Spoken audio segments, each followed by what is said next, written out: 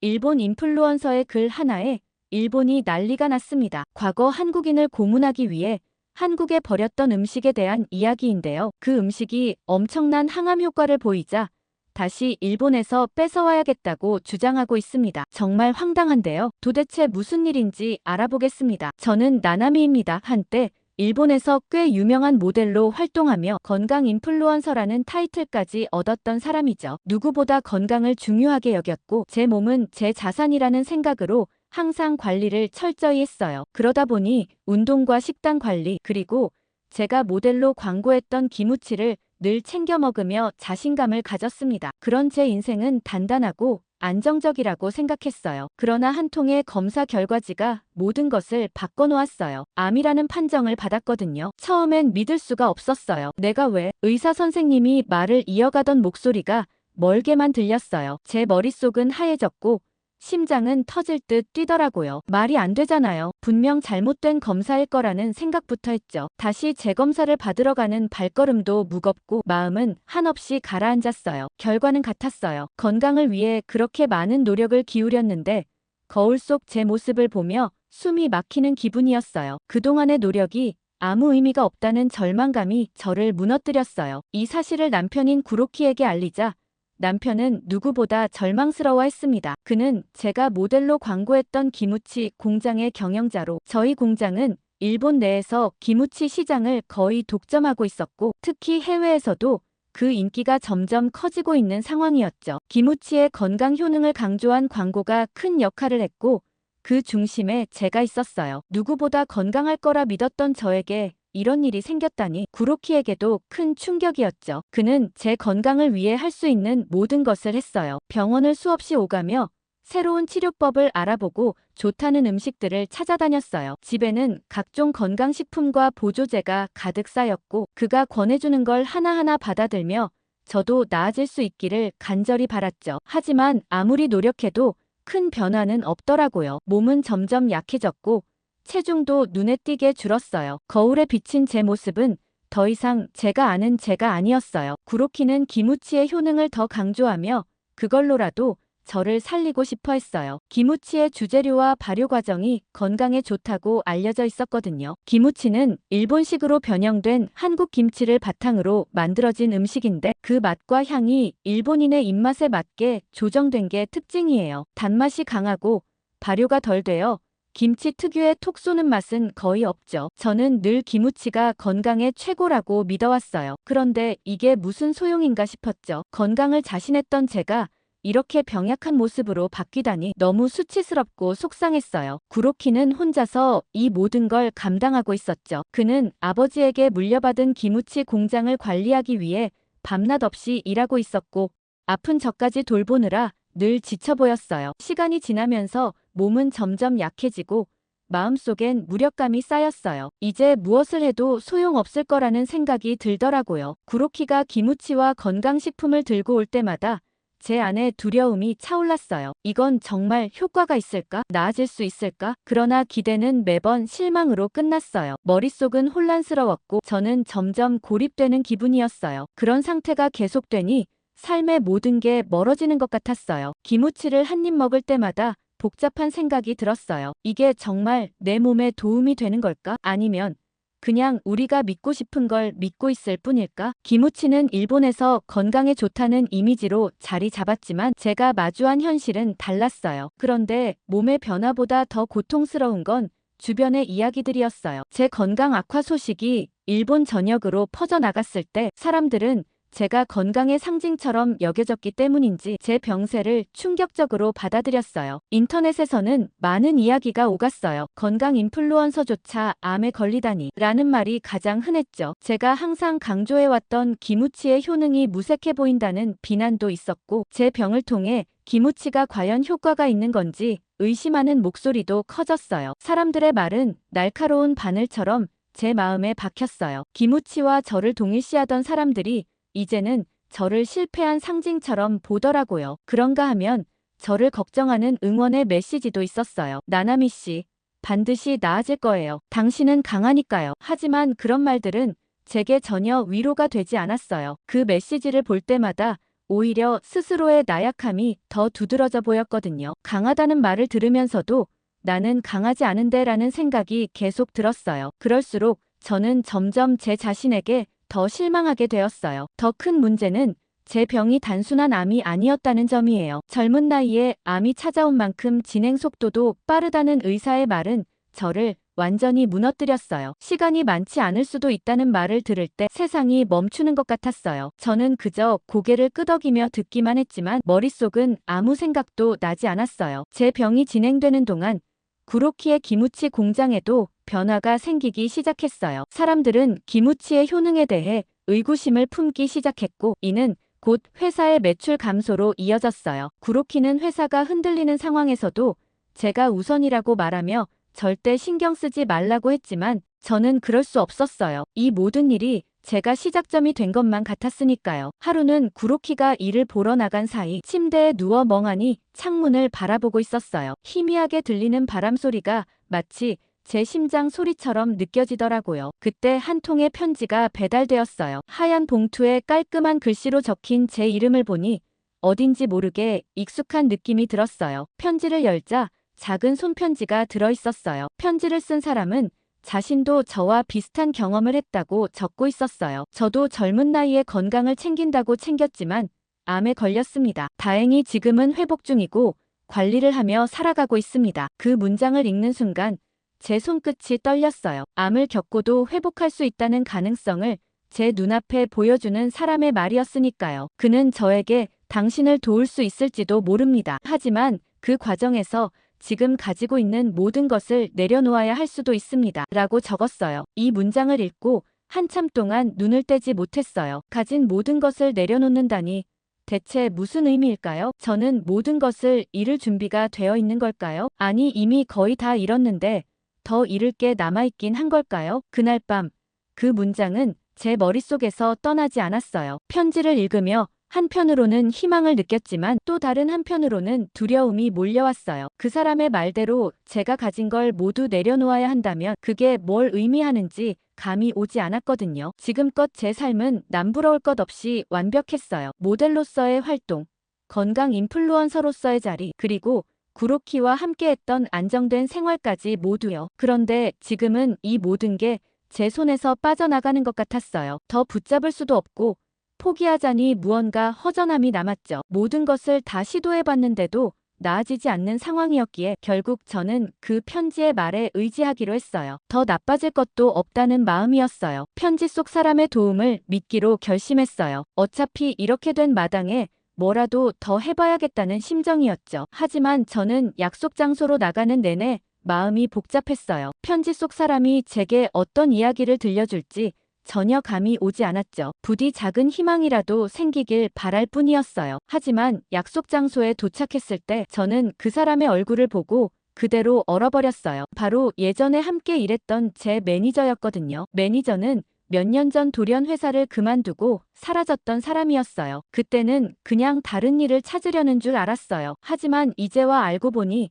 암 판정을 받았고 그 치료를 위해 한국으로 떠났다고 말하더라고요. 매니저가 암에 걸렸었다는 사실을 듣고 한동안 아무 말도 할 수 없었어요. 밝게 웃으며 제 앞에 앉아 있는 게 믿기지 않았어요. 어떻게 이렇게 건강해 보일 수 있냐고 물었더니 그는 한국에서의 치료와 음식 덕분이라고 했어요. 매니저는 한국 음식이 특히 항암 효과에 좋다고 말했어요. 저는 그 말에 놀라면서도 의문이 들었어요. 제가 늘 먹던 기무치도 비슷한 음식인데 왜 효과를 못 봤을까 하는 생각이 들었거든요. 그렇게 물어보자 매니저는 고개를 저으며 두 음식은 전혀 다르다고 했어요. 기무치는 일본에서 김치를 모방한 음식이지만 발효 과정이나 재료가 많이 다르다고 설명하더라고요. 특히 고춧가루의 품질과 발효 과정에서 생기는 유산균이 핵심인데 기무치에서는 이런 점들이 부족하다는 말을 들었어요. 솔직히 그 이야기를 들으면서 조금은 기분이 상했어요. 제가 항상 자랑스럽게 여겼던 기무치가 김치와 비교해 효과가 떨어진다는 말은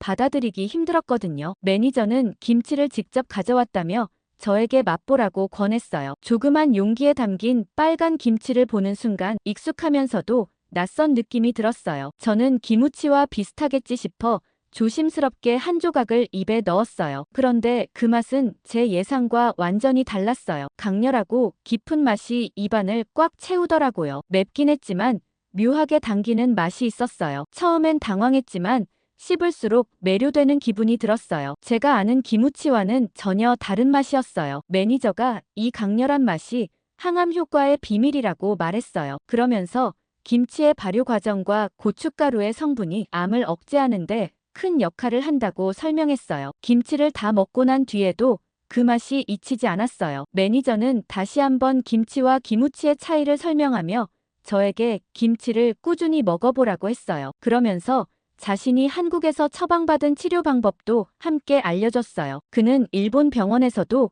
이 방법으로 치료를 요청해보라고 권유했어요. 저는 그의 말을 들으면서 고민이 많아졌어요. 김치를 먹는다는 것은 단순히 새로운 음식을 시도하는 게 아니었어요. 그것은 제가 지금까지 믿어왔던 것들에 의문을 던지는 일이었으니까요. 만약 김치가 정말 효과가 있다면 제가 홍보했던 기무치는 무엇이었을까 하는 생각이 들었어요. 게다가 제가 김치를 먹고 있다는 사실을 남편이 알게 된다면 어떻게 반응할지도 걱정됐어요. 그의 사업과 자존심이 걸린 문제니까요. 하지만 제 생명이 걸린 문제였기에 더는 망설일 수 없었어요. 매니저의 말대로 해보기로 결심했어요. 그는 김치를 가져다 줄 테니 남편 몰래 먹어보라고 했어요. 집으로 돌아오는 길 내내 저는 제 결정이 옳은지 확신할 수 없었어요. 하지만 어쩌면 제게 주어진 마지막 기회일지도 모른다는 생각에 힘을 냈어요. 불행인지 다행인지 당시 남편은 급감하는 회사 매출로 인해 늘 야근이었고 제대로 집에서 밥을 먹는 일이 없었습니다. 저는 냉장고 한쪽 구석에 몰래 숨겨두고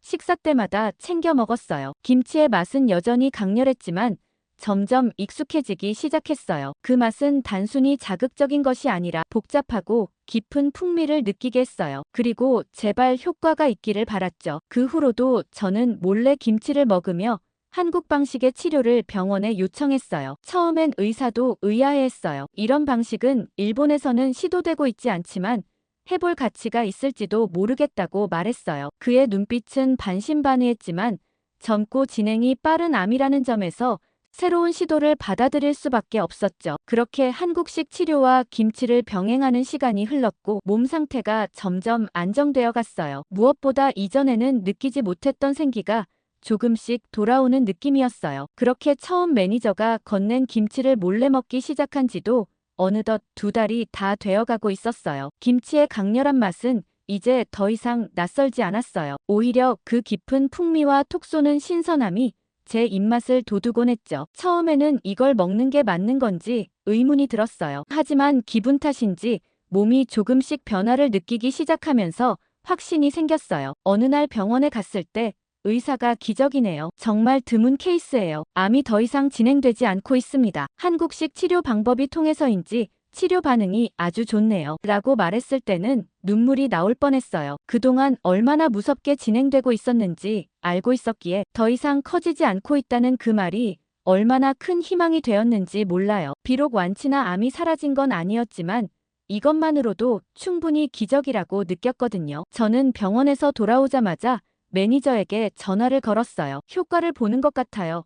정말 감사해요라고 말하자 매니저는 그럴 거라고 믿었어요. 제 초기 치료와 비슷하니까요 라고 대답했어요. 그의 목소리에서는 확신이 묻어났어요. 그러면서 김치를 더 가져다 주겠다고 말했죠. 저는 고맙기도 했고 솔직히 조금은 걱정되는 마음도 있었어요. 만약 구로키가 이 사실을 알게 된다면 어떤 반응을 보일지 상상조차 할 수 없었거든요. 아무튼 구로키는 제 병이 진행되지 않는다는 사실에 너무 기뻐했죠. 언젠가 말을 해야 하는데 마음속으로 미루고만 있었어요. 그러던 어느 날 매니저와 만나기로 한 날이었어요. 구로키가 야근으로 늦을 거라 확신했기에 약속 장소로 나갔어요. 그렇게 매니저로부터 김치를 받아들고 집으로 돌아왔어요. 작은 용기 속에 담긴 김치는 제게 희망 그 자체였어요. 요즘 몸 상태가 조금씩 나아지고 있다는 것을 스스로 느낄 수 있었거든요. 걸음걸이가 가벼워지고 아침마다 느꼈던 지독한 피로감도 어느새 희미해지고 있었어요. 그런 제 모습을 보면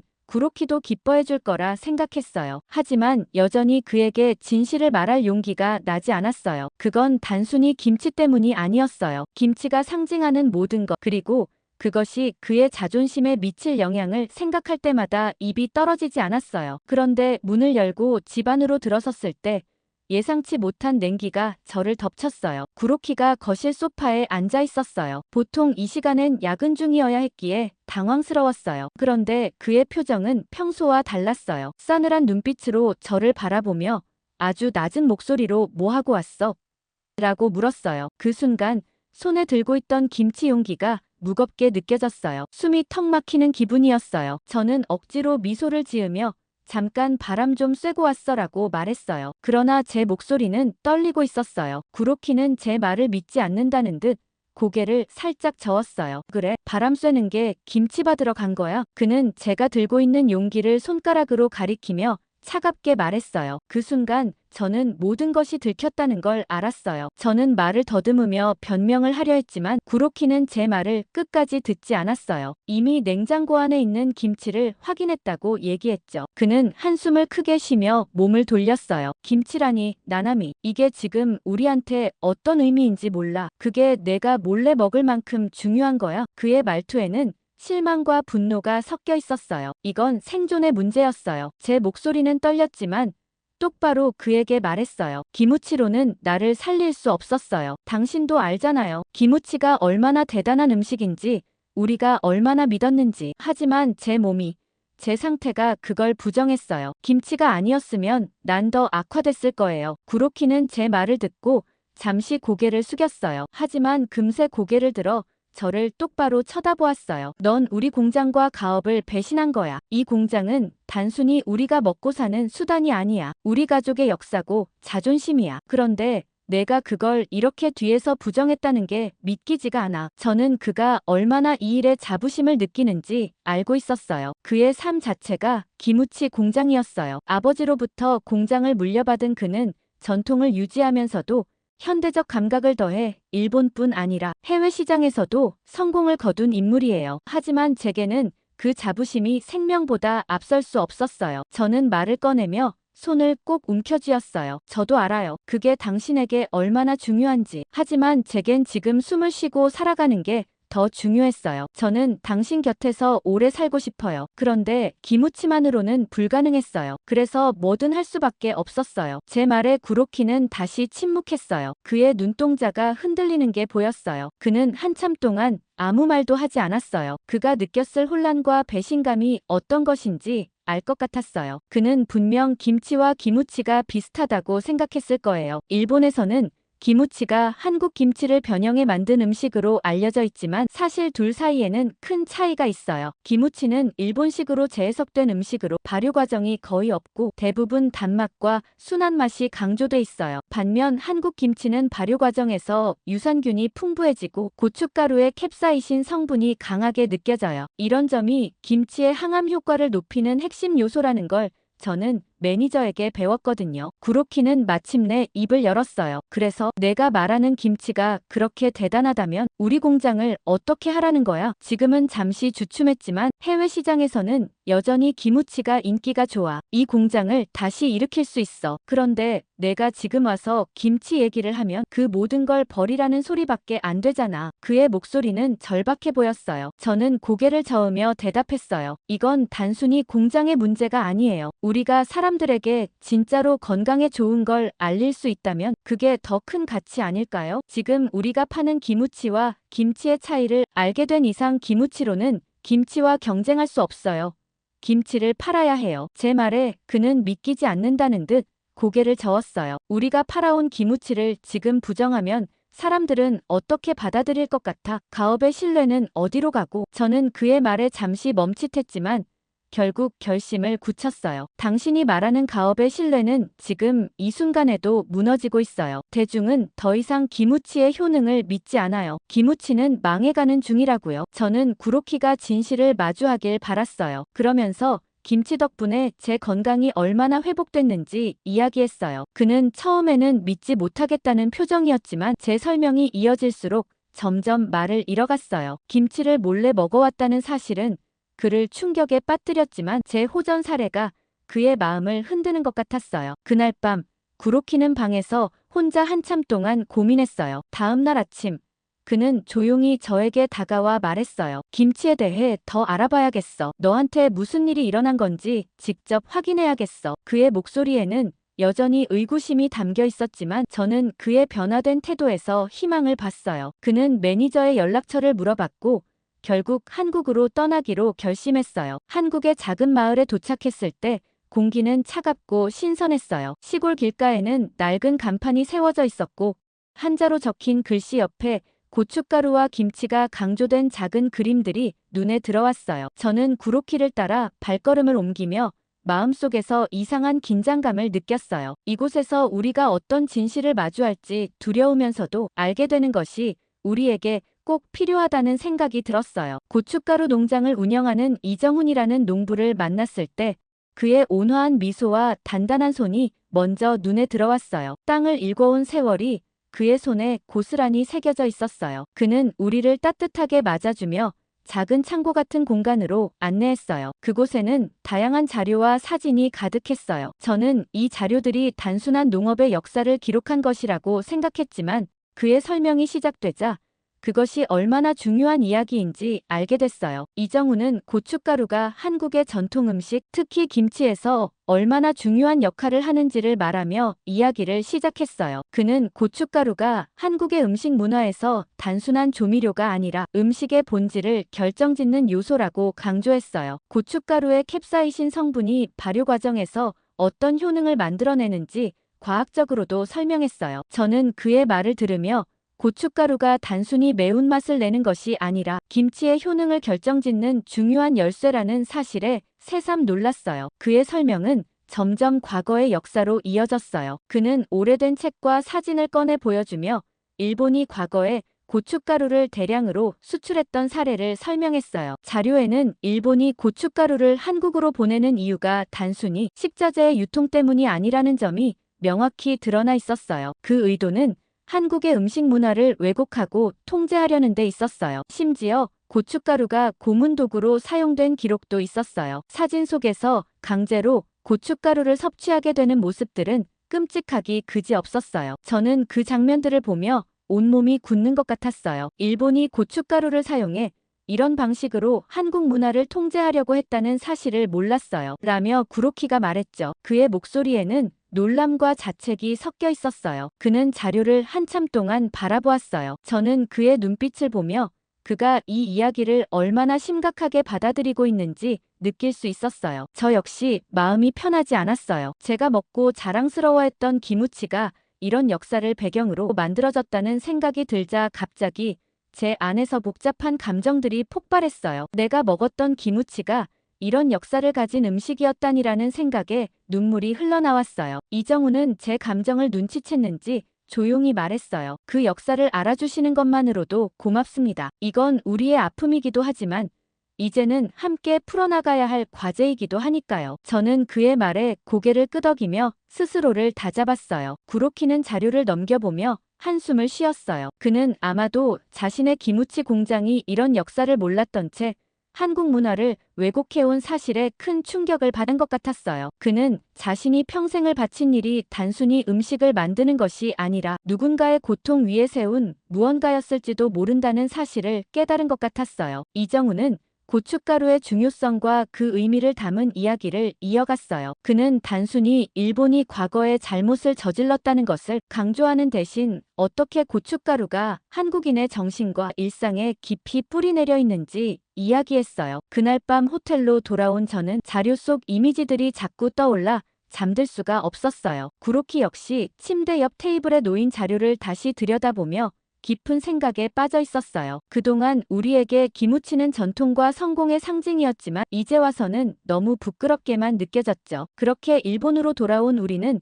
마치 전쟁을 준비하는 듯한 분위기였어요. 구로키는 집으로 돌아오자마자 거의 잠도 자지 않고 공장의 기록과 자료를 정리하기 시작했어요. 그는 한국에서 가져온 자료들과 사진들을 하나하나 꺼내놓으며 깊은 고민에 빠진 듯 보였어요. 며칠 뒤 구로키는 공장 회의실에서 긴급 회의를 열겠다고 했어요. 직원들에게는 매우 중요한 안건을 논의할 것이라고만 공지가 되었고 저 역시 그가 어떤 말을 할지 정확히 알 수는 없었지만 그의 결정이 무엇인지 짐작할 수 있었어요. 회의실에 들어가니 긴장감이 감도는 공기가 느껴졌어요. 회의실 중앙에는 구로키가 준비한 발표 자료가 놓여 있었고 그 옆에 한국에서 가져온 김치와 고춧가루 샘플들이 가지런히 진열되어 있었어요. 구로키는 단도직입적으로 말문을 열었어요. 우리는 기무치가 아닌 한국의 진짜 김치를 수입해 판매해야 합니다. 그의 말은 방 안에 있는 모든 사람들을 얼어붙게 만들었어요. 직원들은 순간 서로의 얼굴을 바라보며 웅성거렸어요. 한 중견 직원이 손을 들어 우리의 전통과 가업을 배신하는 것 아니냐고 얘기했어요. 다른 직원도 기무치는 일본의 자존심 같은 음식인데 그것을 포기하고 김치를 들여온다는 건 받아들이기 어렵다고 말했어요. 그들의 목소리는 점점 격해졌고 그 자리에서 즉시 반발하는 이들도 있었어요. 구로키는 침착한 태도를 유지하며 한국에서 배운 것과 나의 사례를 들어 설명하기 시작했어요. 그는 나나미가 건강을 되찾은 이유가 바로 김치 덕분이라는 것을 저는 직접 경험했습니다라고 말하며 제가 김치를 꾸준히 섭취하면서 회복했던 과정을 이야기했어요. 그는 고춧가루와 발효 과정이 만들어내는 항암 효과에 대해 설명하며 자신이 한국에서 확인한 역사적 자료들을 꺼내 보여주었어요. 일본이 한국 음식 문화를 왜곡했던 사실, 그리고 김치가 단순히 음식이 아니라 한국인의 정신과 역사를 담은 상징이라는 점을 강조했어요. 그의 말은 차분했지만 강렬했어요. 그는 가업을 지키는 것도 중요하지만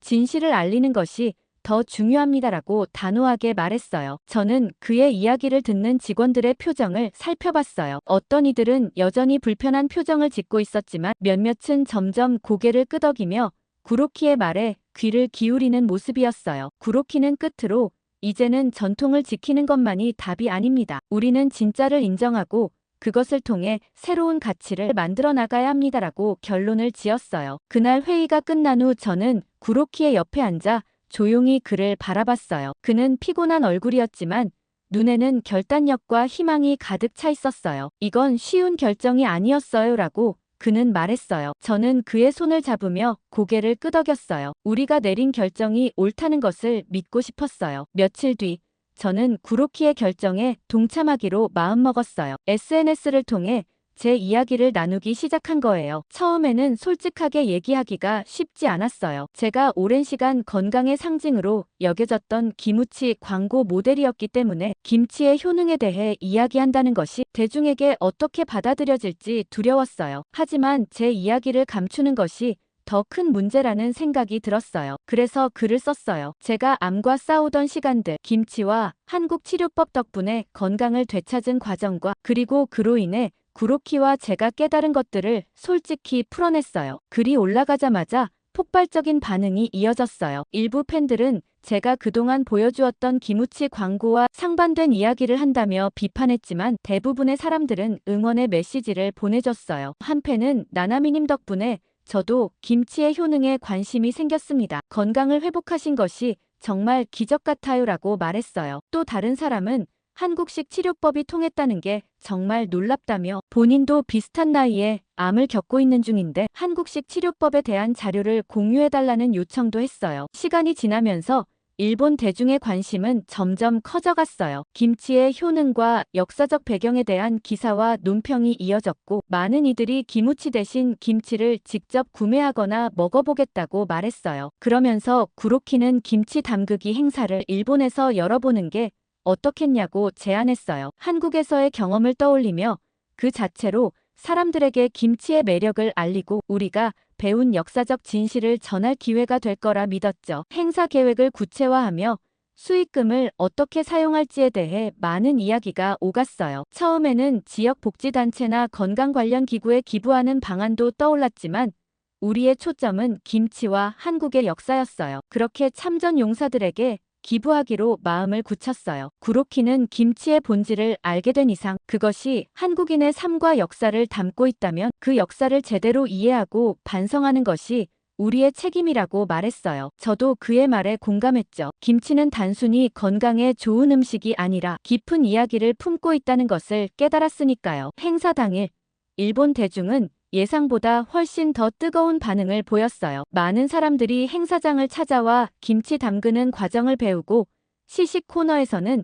김치가 가지는 매운맛과 발효의 깊은 풍미에 감탄했어요. 저는 김치의 효능에 대해 설명하며 김치를 처음 맛본 일본인들의 표정을 살폈어요. 고춧가루의 매콤함이 입안에 퍼질 때마다 놀란 얼굴로 저를 바라보던 사람들이 정말 매력적인 맛이라고 얘기했어요. 구로키는 행사 중간에 김치의 역사적 배경과 우리가 한국에서 배운 이야기를 조심스럽게 전했어요. 그는 김치를 이렇게 깊이 이해하기 전에는 몰랐다. 우리가 만든 기무치가 진정한 김치와는 전혀 다른 음식이었다고 고백하며 과거 한국에서 행해진 잘못된 역사를 인정했어요. 사람들은 그의 진솔한 태도에 감동받았는지 고개를 끄덕이며 이야기를 경청했어요. 행사가 끝난 후 수익금은 약속대로 참전 용사들에게 전달되었어요. 구로키는 전달식에서 이 기부는 단순한 돈이 아니라 우리가 배운 진실에 대한 작은 반성이며 앞으로 더 나아가야 할 우리의 첫걸음이라고 말했어요. 저도 옆에서 그 모습을 지켜보며